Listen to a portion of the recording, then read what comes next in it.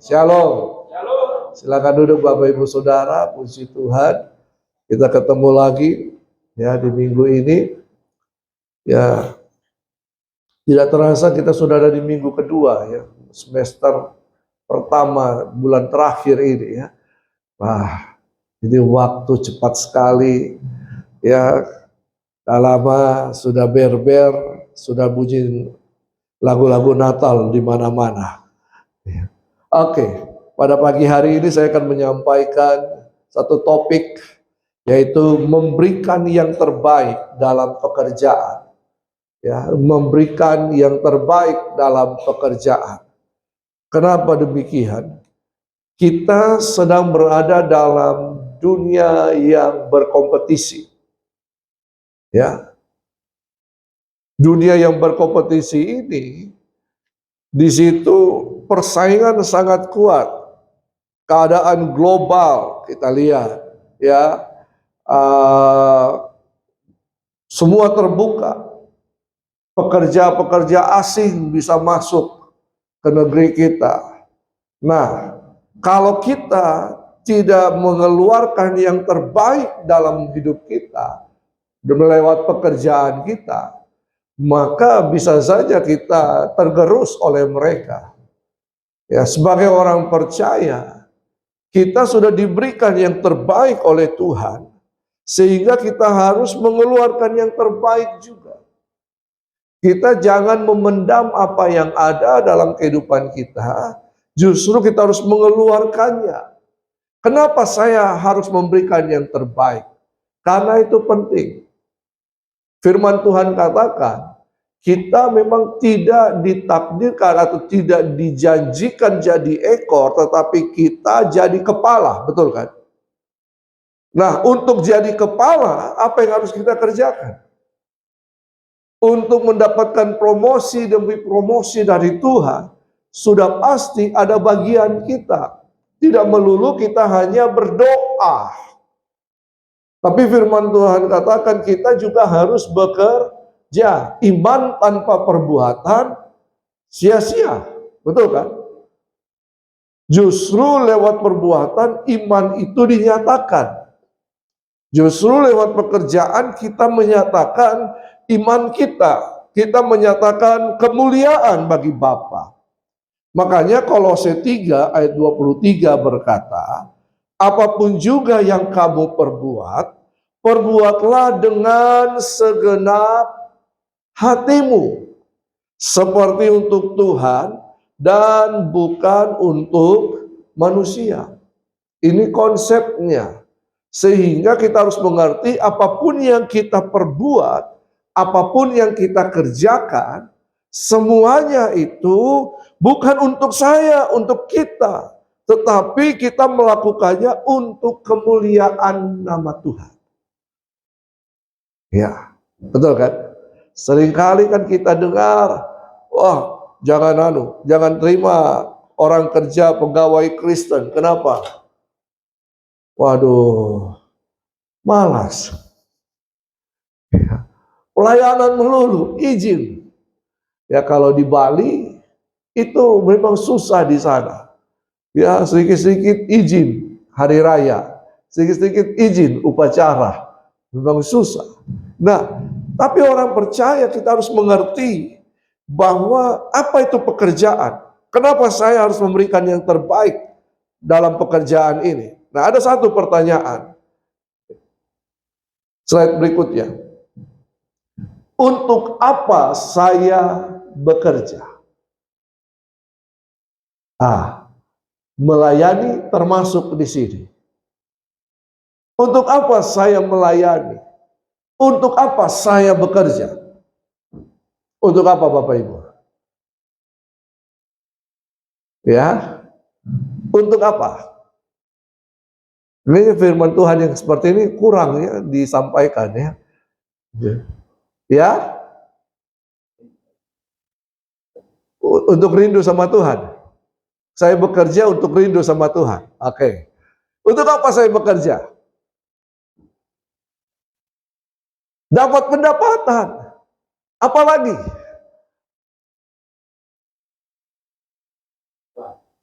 bantuan, untuk dapat kedudukan, betul kan? Untuk dapat posisi.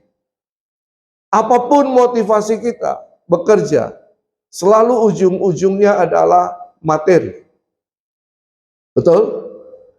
Iya kan? Sehingga orang bisa seperti yang saya katakan beberapa bulan lalu, orang bisa mengorbankan kebahagiaannya, orang bisa mengorbankan kehidupannya, orang bisa mengorbankan keluarganya untuk apa? Materi. Kerja dari pagi sampai malam, banting tulang sampai patah-patah. Ya. Untuk apa saya bekerja? Nah, coba kita lihat dalam konsep Taman Eden. Konsep Taman Eden, manusia diciptakan oleh Tuhan. Lalu kemudian Kejadian 2 ayat 15. Tuhan Allah mengambil manusia itu dan menempatkannya dalam Taman Eden untuk mengusahakan dan memelihara taman itu. Tuhan mengambil manusia dan menempatkannya, to put in. Mengambil, berarti manusia diciptakan di luar Taman Eden. Kemudian Tuhan mengambil Adam, manusia pertama, dan ditempatkan dalam Taman Eden. Eden itu berarti paradise. Eden itu berarti kesenangan. Ya, Eden itu berarti sukacita, menyenangkan. Tapi kemudian Tuhan tidak hanya menempatkan manusia untuk menikmati Taman Eden. Tuhan menempatkan manusia bukan untuk berplesir. Tahu plesir? Tamasya, ya, bukan hanya untuk menikmati, tetapi firman Tuhan katakan manusia itu ditempatkan dalam Taman Eden untuk mengusahakan dan memelihara taman itu.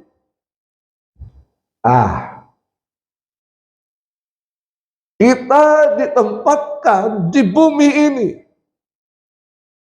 betul? Kita ditempatkan dalam pekerjaan kita. Yang jadi pertanyaan, apakah kemudian ada membuat proposal, surat permohonan, surat lamaran untuk bekerja di Taman Eden? Tidak kan? Tuhan yang mengambil Adam dan menempatkan Adam di Taman Eden. Mungkin dalam kehidupan kita, saya kan melamar pekerjaan. Tetapi, kalau bukan Tuhan yang menempatkan kita, tidak ada yang bisa. Betul kan? Ada koneksi, iya. Bisa sokok, iya. Tapi kalau bukan Tuhan, semuanya tidak ada artinya, sia-sia. Ada yang sokong untuk jadi polisi, ternyata ditipu. Betul kan? Ada yang sokong supaya dapat suara, tidak jadi. Kalau bukan Tuhan. Makanya firman Tuhan katakan, kalau bukan Tuhan yang membangun rumah, kalau bukan Tuhan yang menyertai kita, kalau bukan Tuhan, sia-sia. Tidak ada artinya. Lalu kemudian ditempatkan untuk mengusahakan dan memelihara taman itu. Tuhan menempatkan manusia di Taman Eden bukan untuk bermalas-malasan, tetapi untuk mengelola taman itu. Manusia tidak diciptakan untuk bermalas-malasan. Oh iya, Kejadian 1 ayat 26, betul kan? Baiklah kita menjadikan manusia menurut gambar dan rupa kita, supaya mereka berkuasa. Kata berkuasa, memerintah, memelihara, melayani. Jadi setiap orang percaya tidak diciptakan, tidak lahir baru untuk bermalas-malasan. Ada tujuan pekerjaan yang harus kita kerjakan untuk mengelola Taman Eden. Taman Eden tidak berbicara sorga. Orang suka sering kalau saya begini, kalau ada masalah lebih baik secepat pulang saja. Pulang ke rumah Bapa, masuk sorga permai. Sebab di sorga tidak ada air mata, tidak ada kesusahan. Oh senang, bahagia. Orang mau masuk sorga supaya lepas dari tanggung jawabnya di muka bumi ini. Betul apa betul? Ya, nenek mertua saya, dia meninggal usia 90 tahun. Tapi dalam usia sebelumnya 80-an tahun dia berkata begini, aduh kalau Tuhan panggil saya, puji Tuhan. Tapi Tuhan baru panggil dia usia 90 tahun. Kita mau meninggalkan kesusahan kita hanya untuk mengejar kesenangan. Adam ditempatkan di taman yang indah, tapi tujuan Tuhan untuk mengelola taman itu. Apa taman itu? Keluarga kita. Apa taman itu? Pekerjaan kita. Itu taman kita. Betul kan? Itu taman yang dipercayakan Tuhan kepada saya, Bapak Ibu Saudara. Apa taman saya? Pelayanan saya. Itu taman saya. Dan saya tidak bisa bermain-main di situ. Saya harus bekerja mengelola taman itu. Nah, Kejadian 2 ayat 15 berkata begini. Dan ditempatkannya dalam Taman Eden itu untuk mengusahakan. Kata mengusahakan dalam bahasa Ibrani memakai kata avoda. Dalam perkembangan kata avoda, aboda, ibadah. Jadi kata avoda ini mengandung dua arti. Kerja dan ibadah. Kerja adalah ibadah, ibadah adalah bekerja. Seringkali yang kita pahami ibadah adalah pertemuan seperti ini kan.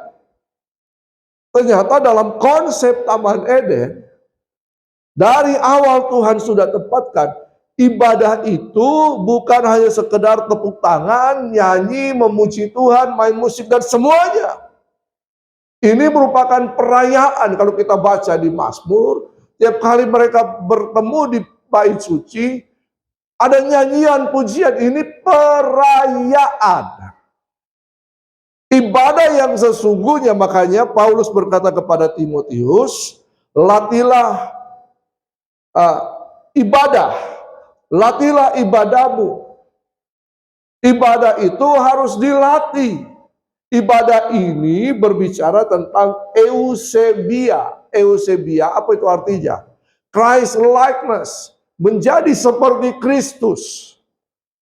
Keserupaan, manusia diciptakan dalam keserupaan dengan Tuhan. Dosa membuat itu kemudian rusak. Lalu kemudian penebusan Kristus mengembalikan kita dalam konsep awal Tuhan menciptakan manusia. Keserupaan itu untuk menjadi serupa dengan Yesus tidak tiap minggu di gereja saja. Di gereja banyak yang pakai topeng. Betul kan? Di mana proses keserupaan itu? Di mana ibadah itu? Setiap hari. Di mana? Di mana Tuhan bisa membentuk kita? Dalam keluarga. Apalagi dalam lingkungan pekerjaan, dalam studi, dan lain-lain. Setiap hari kita diproses. Besi menajamkan besi. Manusia menajamkan sesamanya. Kalau tiap minggu seperti ini, orang semua terlihat baik. Oh holy. Oh glory. Tapi di luar, aha, betul apa betul? Coba lihat kiri kanan. Begitukah? Yang melayani juga. Oh pendeta juga. Shalom. Padahal di rumah marahin istrinya. Nah, dari kata avoda ini mengambil akar kata abad dalam terjemahan dalam bahasa Ibrani. Apa itu abad? Abad itu Levitical service unto God, pelayanan keimamatan kepada Tuhan. Jadi bekerja merupakan pelayanan keimamatan kita kepada Tuhan. Itu adalah ibadah. Kenapa Paulus mengatakan mati adalah keuntungan? Kalau hidup, aku harus memberikan buah. Buah apa? Oh, buah jiwa-jiwa. Bagaimana bisa menjangkau buah jiwa-jiwa? Kerja. Betul kan? Kita orang percaya selama ini terkumpul berdoa saja. Nanti Tuhan yang turun tangan. Ada pepatah mengatakan ora et la bora. Doakan kerjamu, kerjakan doamu. Amin. Nah, jadi konsep ibadah dalam kebenaran firman Tuhan menurut konsep Taman Eden adalah bekerja. Dan ketika di taman itu Adam dan Hawa ditempatkan di situ, mereka bekerja, mereka memelihara taman itu, mereka bekerja dengan sukacita, bukan menjadi beban. Betul kan? Sukacita. Bekerja adalah suatu sukacita karena itu adalah ibadah kepada Tuhan. Tapi kemudian, kenapa bekerja menjadi beban? Slide berikutnya. Dosa membuat bekerja jadi beban. Kejadian pasal 3 ayat 17 sampai 19. Lalu firman-Nya kepada manusia itu, karena engkau mendengarkan perkataan istrimu dan memakan dari buah pohon yang telah kuperintahkan kepadamu, jangan makan daripadanya. Apa yang terjadi ketika manusia jatuh dalam dosa? Dikatakan, maka terkutuklah tanah karena engkau. Dengan bersusah payah engkau akan mencari rezekimu dari tanah seumur hidupmu. Semak duri dan rumput duri yang akan dihasilkannya bagimu. Dan tumbuh-tumbuhan di padang akan menjadi makananmu. Dengan berpeluh engkau akan mencari makananmu. Orang kita kerja tidak berpeluh, makan yang berpeluh. Tahu berpeluh? Berkeringat. Betul apa betul? Saya itu suka makan lombok, rica. Saya kalau dikasih makan rica, saya makan. Tapi ketika saya lihat rica, saya punya keringat mengalir. Sampai engkau kembali lagi menjadi tanah, karena dari situlah engkau diambil. Sebab engkau debu dan engkau akan kembali menjadi. Ketika manusia jatuh dalam dosa, kerja itu bukan kesenangan. Kerja itu jadi beban. Tanah jadi terkutuk. Tanah menjadi terkutuk. Apa itu tanah? Tanah berbicara lahan pekerjaan. Tanah menjadi terkutuk bagi orang yang berdosa. Tapi bagaimana kalau kita sudah ditebus oleh Yesus? Iya kan? Betul kan? Kita lahir baru ditebus oleh karya Kristus. Kalau kita sudah ditebus, kita sudah mempunyai jaminan keselamatan dalam Yesus, maka ketika Tuhan menebusmu, slide berikutnya, tanahmu mengenalmu.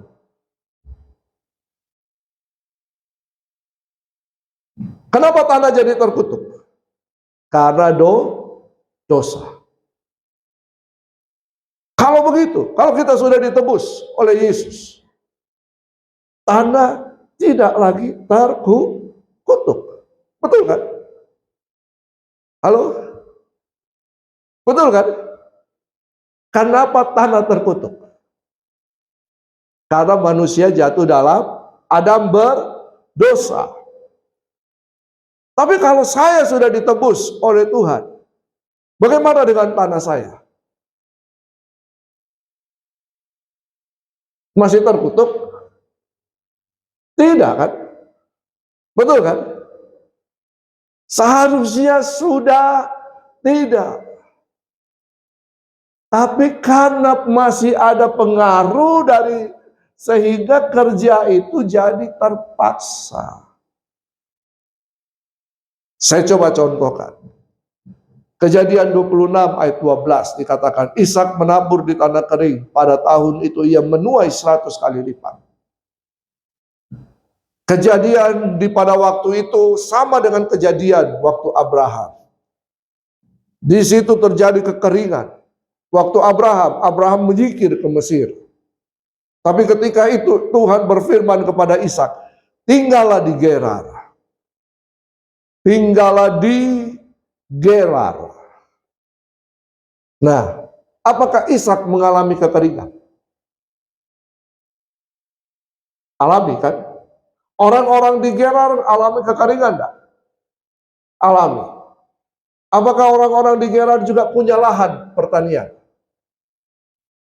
Punya. Apakah mereka juga ikut menabur? Menanam?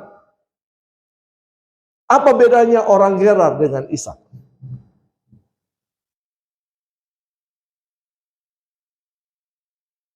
Apa bedanya orang Gerar dengan Ishak?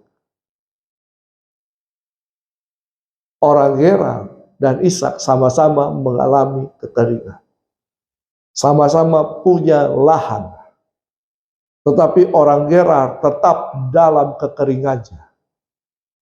Ishak dalam kekeringannya, dia menabur, dia tanam. Dalam tahun itu, ia menuai 100 kali lipat. Apa bedanya Ishak dengan orang Gerar?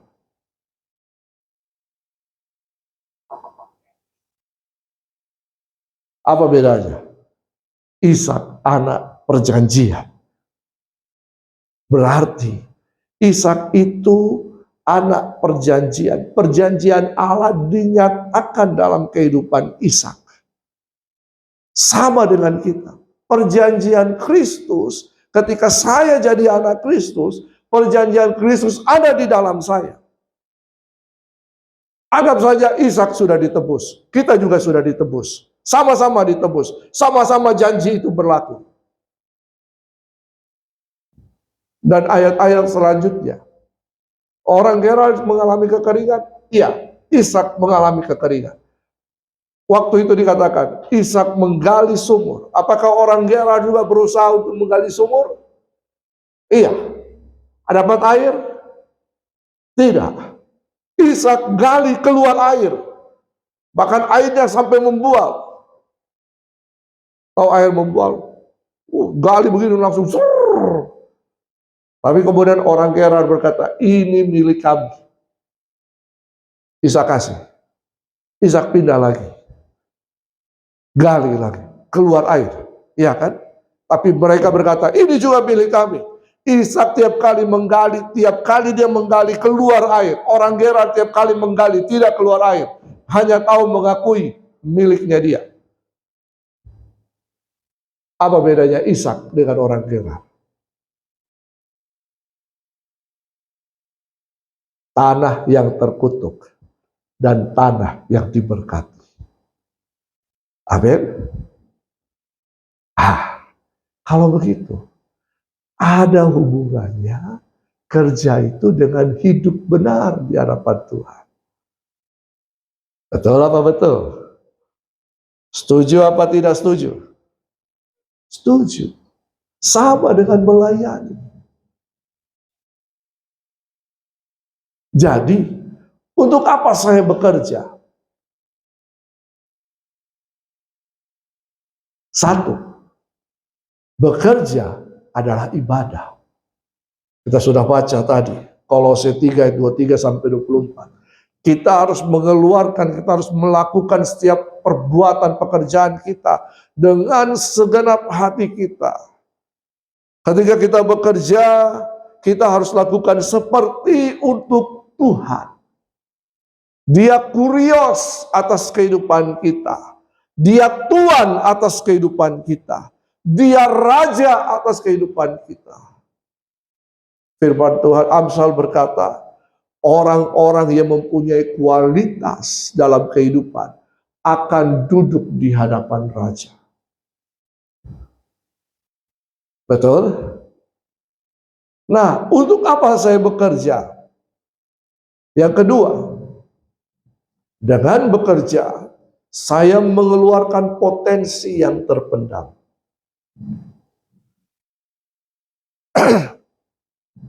Ketika manusia diciptakan, Tuhan memberikan nafas hidup kepada manusia. Nefes. Manusia menjadi hidup. Tapi pengertiannya begini, ketika Tuhan memberikan nafas hidup, Tuhan itu memberikan kemampuan dirinya kepada manusia. Bukan hanya itu, Tuhan memberikan kesadaran kepada manusia. Kesadaran apa? Kesadaran ini berbicara hikmat. Tuhan memberikan hikmat kepada manusia.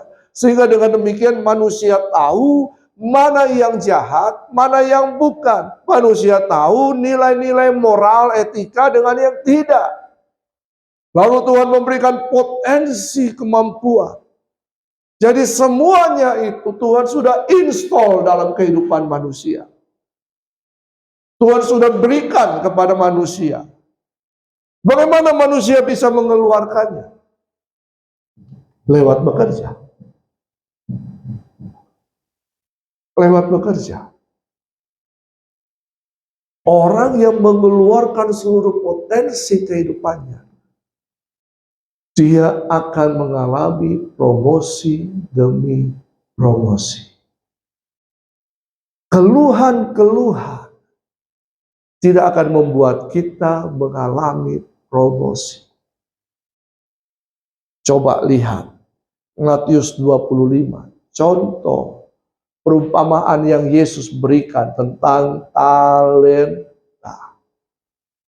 Talenta itu bukan sedikit. Dalam hitungan emas, talenta itu saya lupa 34 gram atau 34 kilogram.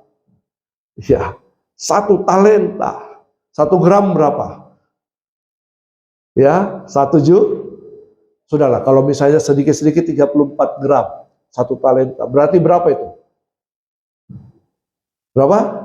34 juta. 34 juta sedikit atau banyak? Banyak. Bisa pakai modal kerja? Bisa. Kalau misalnya dia 34 kilogram, sudah 34 miliar ya. Ya, saya lupa. Ya, 1 talenta itu berbicara berapa? Yang satu orang diberikan 1 talenta, dia korok-korokan. Dia mengeluh, kenapa cuma 1? Tuhan ini tidak adil. Sudah Jo, paduli. Gitu, ya simpan. Tapi yang 2 jadi berapa? Jadi berapa? 4. 4 ini berbicara berapa? Maksimal. Berapa bisa maksimal? Dia berusaha dengan sekuat tenaga. Dia berusaha dengan memakai hikmatnya. Kerja cerdas. Mengeluarkan semua potensi-potensi. Dia menikmati. Lalu kemudian yang 5 jadi berapa? Yang 5 jadi 10? Betul apa betul? Dan 10 plus 1 Dari mana satunya? Dari yang punya satu talenta atau? Berarti selain maksimal, kalau kita kerjakan sungguh-sungguh, kita keluarkan semua potensi kita, dapat bonus tambahan dari Tuhan. Amin. Saya tidak suka bos, saya tidak usah kerja baik-baik. Saudara salah. Daniel dalam 4 masa pemerintahan, bahkan dia sudah sempat dibuang ke lubang singa, dia tetap mengerjakan yang terbaik. Yusuf dibuang jadi budak di rumah Potifar, dia apa lagi? Sama istri Potifar. Di apa lagi istilahnya? Difitnah. Memang fitnah lebih kejam daripada pembunuhan. Berapa banyak saudara difitnah? Banyak? Oh, saya sudah mengalami banyak kali, saudara. Ya, difitnah. Akhirnya dilempar ke penjara. Apakah Yusuf kecewa? Yusuf kecewa? Tidak. Justru di mana dia berada, dia melakukan yang terbaik. Sehingga sampai akhirnya kepala penjara mempercayakan Yusuf penjaranya. Siapa yang dia layani di situ? Tahanan politik, orang-orang penting, iya kan? Sampai pada akhirnya Yusuf itu bukan orang kedua, Bapak Ibu. Yusuf itu menjadi penguasa. Coba baca baik-baik. Dia bukan wakilnya Firaun. Justru Firaun menyerahkan semuanya kecuali tahta itu dan istrinya. Yusuf menjadi penguasa semuanya. Berarti Yusuf jadi raja di situ. Dia bukan orang kedua. Dia penguasa. Promosi datang ketika kita berusaha untuk mengeluarkan yang terbaik. Dan saya percaya, ketika kita mengeluarkan yang terbaik, kita hidup dalam kebenaran, tanah mengenal siapa kita, berkat Tuhan dicurahkan. Terakhir, dengan bekerja, yang ketiga, dengan bekerja saya menggenapi tujuan keselamatan dalam Yesus Kristus. Apa tujuan keselamatan? Sorga? Tunggu dulu. Ya, tujuan keselamatan. Kita diselamatkan, kita masih ada di muka bumi, betul kan? Betul Bapak Ibu? Adakah Bapak Ibu percaya Yesus, terima Yesus, kita diselamatkan langsung tiba-tiba rapture? Tidak kan? Saudara percaya Yesus, terima Yesus, dibaptis, lahir baru. Masih ada di mana? Di bumi. Masih dengan keluarga yang sama. Masih dengan pekerjaan yang sama. Betul kan? Tidak berubah. Jadi kalau begitu, ada tujuan keselamatan yang harus kita kerjakan selama kita ada di bumi. Efesus 2 ayat 8-10 berkata, sebab karena kasih karunia kamu diselamatkan oleh iman, itu bukan hasil usahamu, tetapi pemberian Allah, itu bukan hasil pekerjaanmu. Jangan ada orang yang memegahkan diri, betul kan? Keselamatan itu karena iman percaya kita kepada Yesus, bukan karena perbuatan kita. Kita tidak diselamatkan karena perbuatan kita. Ada yang menganggap bahwa dia harus kerja baik, berbuat baik, beramal supaya amalnya banyak, lalu kemudian pakai timbangan, diukur.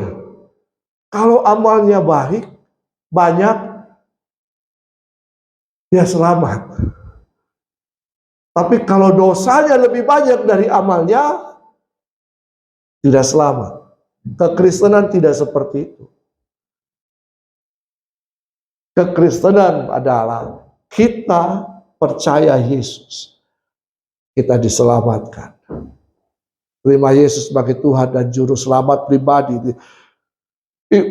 Sebab karena kasih karunia kamu diselamatkan oleh iman, bukan hasil usahamu. Tapi coba ayat yang ke-10. Karena kita ini buatan Allah. Bapak Ibu, buatan Allah, diciptakan oleh Allah. Amin. Diciptakan dalam, kenapa diciptakan lagi dalam Kristus Yesus? Karena sudah jatuh dalam dosa.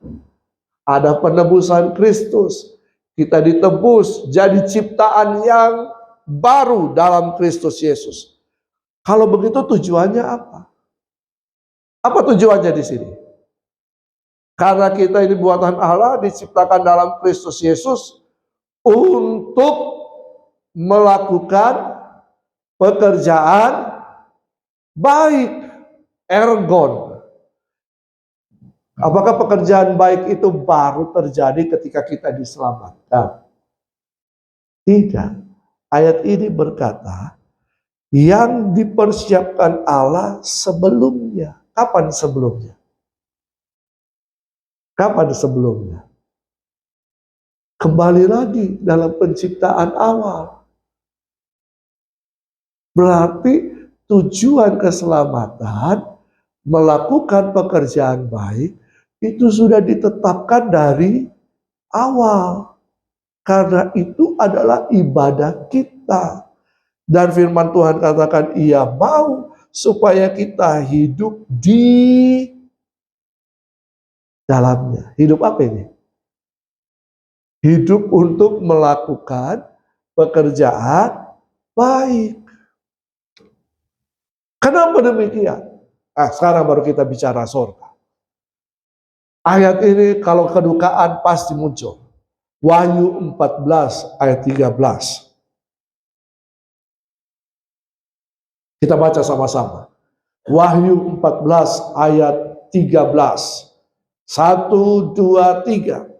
Dan aku mendengar suara dari surga berkata, tuliskan.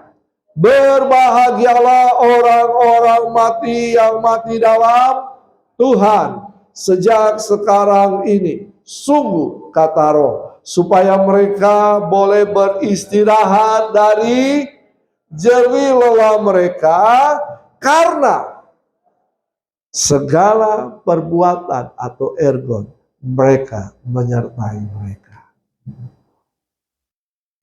Apa yang menyertai kita? Mobil, uang, taruh di peti, berlian. Orang bongkar kubur kita.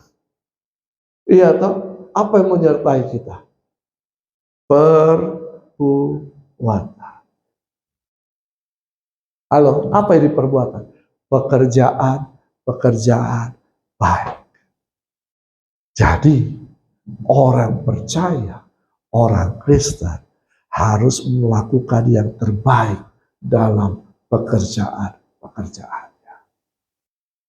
Amin. Amin. Jadi jangan bermalas-malasan. Kita berikan kualitas yang terbaik. Oke. Saya selesai. Puji Tuhan.